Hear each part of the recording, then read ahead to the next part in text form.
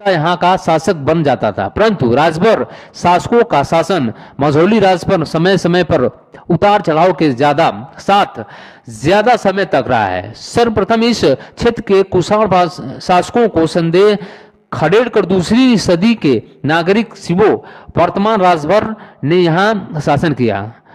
तदोपरांत चौथी सदी में समुद्रगुप्त ने अपने दिग्विजय के समय भारतीयों को परास्त करके यहाँ अपनी सत्ता कायम की थी, परंतु राजभर बैठे नहीं थे।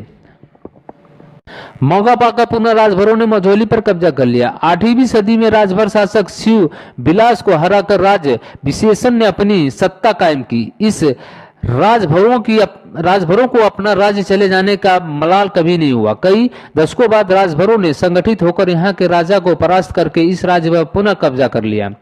तब से यहाँ राजभरों का शासन चलता आ रहा था।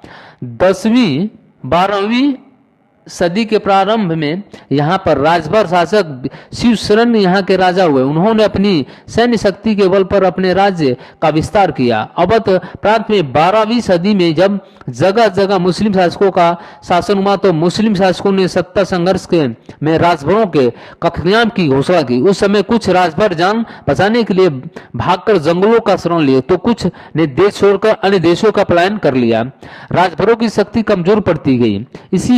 उसी समय विषेण वंश के 40 पीढ़ी के राजा चक्रसेन उर्फ चक्रनारायण ने राजभर शासक शिवशरण के राज्य पर आक्रमण कर दिया और राजा शिवशरण को परास्त करके मझौली में अपना शासन कायम किया।